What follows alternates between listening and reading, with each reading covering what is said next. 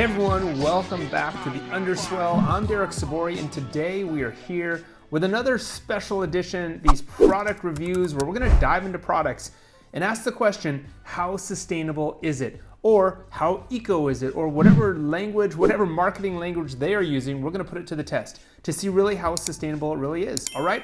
So today, let's dive in. We've got a great look at a fun product that you might be using all summer long.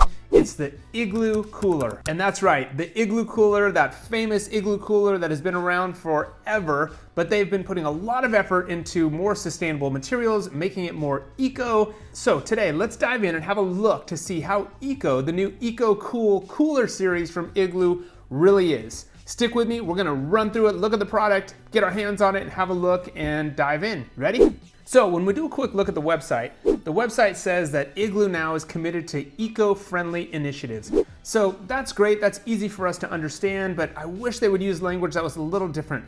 Eco-friendly is sort of a trigger for me. It worries me because when we're talking about sustainability, we've got to look at environmental, social concerns, balancing that with the economy, that triple bottom line approach, but eco-friendly, we'll take it. It's a little outdated, I think, in my opinion, because again, sustainability, it's a more holistic approach. Remember those SDGs, the Sustainable Development Goals. Go look at that video that I did specifically on the Sustainable Development Goals and how that relates to us in our sustainability talk. But on their website, it says that it's cooler going green. At Igloo, our lasting impact should be on your enjoyment, not on the planet. So we're taking big steps to become the most environmentally friendly cooler company on earth. Let's dive in and see what they mean by that. So the cool thing is, remember when we're talking about products, we've got to look from that life cycle perspective, right? Across the entire value chain from cradle to grave. That means from raw materials, what it's made of, how it was made, how those raw materials were extracted, were there any recycled inputs, or was it organic, is it natural, is it synthetic? How that was processed, how it was manufactured, how it was distributed, sold, transported, packaged, how you used it, and what you can do at the end of it. That's from cradle to grave. That's the entire life cycle that we want to be looking at.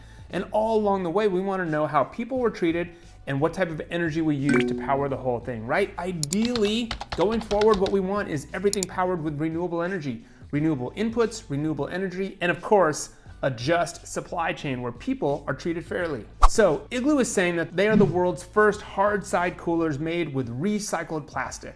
So the cool thing is you might have one of these in your refrigerator, Greek yogurt. This is the container, the number 5 plastic. If you recycle this, this is what they're using to make their Igloo coolers from. They're using post-consumer plastic from plastic containers, using that as the input for those Igloo coolers. Pretty cool. So looking at their language, they're saying with our EcoCool collection, we're headed down in even greener pastures, and with our new EcoCool Trailmate, we're doing it in all-terrain wheels. I have one of those too, I'll show you that as well. This cooler collection, they're saying, is the first of its kind to be made with recycled resin, especially here in the US. That means they're taking post-consumer plastic, that means plastic after the consumer has used it. Otherwise, it would be pre-industrial or industrial waste. Mostly discarded plastic yogurt cups and milk jugs, and that they're saying would otherwise end up in landfills. And that's when we know, that's our proof that it's recycled, right? And that's what we want to know, right? We want to know that we are diverting goods from landfill, that we're not just taking industrial scraps that would be otherwise recycled anyway. We want to make sure that those goods would have ended up being sent to the landfill. So that's a good thing. They're acknowledging that. They're transforming it into a recycled resin used on the outside body. They're saying their liner and their lid of Eco Coolers are all made at their facility in the US. So up to date, they said they have used 374,000 pounds of recycled yogurt cups and milk jugs. That's a lot of product. And on their website, you can go check out their results. They're saying that they've saved enough landfill space for 32 football fields. So that's great. When we're talking about environmental impacts, we want to look at water use, energy use, waste, land use, etc., all of those things. So it sounds like they're paying good attention to a few of those. So let's dive in and have a look at the Igloo EcoCool Cooler here. This is the smaller version. This is what they call the Dogfish Head EcoCool Playmate Elite 16 quart cooler. So this was a collab or a collaboration that they did with Dogfish Head Beer Company. Mother Nature, let's do this. That's what it says on the hang tag. They've got a little QR code here where you can scan to support Mother Nature. Again, 16 quart, 15 liter, 30 cans fit in this. What I like here is that it was made in the USA. So one thing that's good about that is you're more likely, especially if it's made here in California, to have a good renewable energy mix when it comes to how the product was manufactured, how it was powered. So remember, we're looking across the entire value chain. So we know that they are using post-consumer recycled inputs. That's tier 4, that's the raw material, so that's good. Processing that, how was it done? Was there renewable energy involved in that? Did they use solar and wind to power the facilities and plants? They don't mention that on their website. They are saying that they're making a big push here towards recycled inputs. They are also have some cool products here that align with a company, a really cool brand called Parks Project, which is supporting the national parks. But Igloo is continuously, they say, growing their collection of coolers to be more sustainable through the use of different and really awesome innovations, like repurposing tossed out plastic into new materials. By utilizing recycled plastic in their production, they're saying, we are significantly cutting back on greenhouse gas emissions, so that's good. That's what we need to do. In fact, all companies need to be reducing their greenhouse gas emissions down about 50% in the next 8 years, and then getting their emissions down to 0. And that is through scope 3, all of the scopes in their supply chain, not just at their headquarters and operations and their stores, but all the way through their facilities, their manufacturing facilities as well. They are also, they say, saving up to 88% of energy compared to utilizing virgin plastics. So they've done some good quantifying to have a look at their footprint, know what their impacts are, and they're doing a good job reducing them. They don't have any mention here, though, of how workers are treated or maybe any LEED certification that they have with the factories or the facilities. Not a lot of traceability and transparency in the supply chain, at least on their website. So actually, that said, when it does come to factory conditions and supply chain and workers, they do have a section on their website in regards to the California Transparency in Supply Chains Act. That's known as SB 657. SB 657 requires companies doing business in California and doing more than $1 million in revenue to annually disclose information on their website about efforts that the company is making to prevent forced labor in their supply chain. So that's a good thing. And Igloo seems to have a nice section here on their website. If you scroll through here down to the bottom, you can check that out. They've got a whole bunch of different topics where they're talking about this requirement.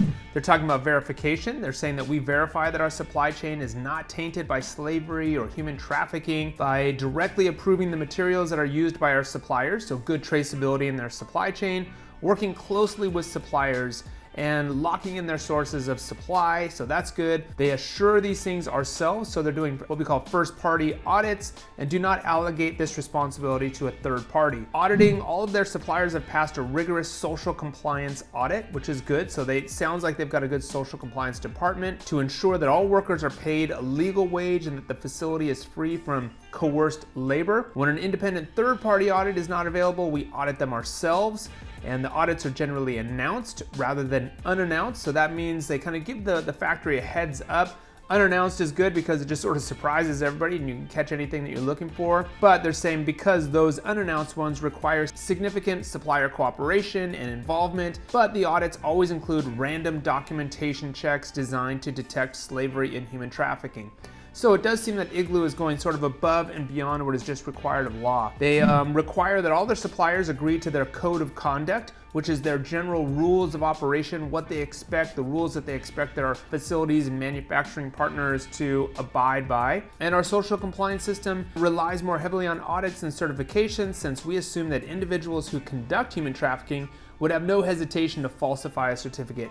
So you can check out everything on their website. I do also like that they say all their team members have been involved in supply chain training, that they have been adequately trained about slavery and human trafficking. So good job, Igloo. We'll take your word for that. Nice that you have that section on your website. So that's something good. So again, that helps push, I think, Igloo into that greener zone, out of the orange, and just doing the right thing when it comes to sustainability for environmental and social issues. So nice work. They are doing something that's really cool, which maybe we'll do another product review. They've got their world's first biodegradable cooler. That's a cool one as well. We'll have a look at the website. They're doing a great quantification. They've got a great report on their website. It's called Better for the Planet Thermocool Insulation. So they're saying 100% of the hard side coolers that they manufacture in the US include this thermocool insulation. This innovative foam lowers CO2 and VOC emissions, that's volatile organic compound emissions, making it 50 times better, they're saying, for the planet than the law requires, while still providing advanced ice retention. So they're saying that they have saved CO2, the equivalent of 86,000 cars off the road. They have saved enough CO2 to power 37,000 homes, and they've converted CO2 converted by 152 million acres of trees. So they've got this annual impact equivalency report. They're using Reprieve in their soft goods as well. So they're doing a good job, I think, kind of using better materials. I would like to see them as well kind of tell us more about the factories, tell us more about their energy inputs. Where are they sourcing their energy? What type of emissions come from the factory? Are there other pollutants that we need to worry about when we're manufacturing these plastic goods? What can we do with this product at its end of life? When I'm done with that cooler, where does it go? Can it be recycled? So we know recycled inputs don't always mean that the product is recyclable, right? There was a video I did on that. You can check out that. We'll leave the link down there for you. But overall, if we're asking the question, how eco-cool is the Igloo ECOCOOL Cooler?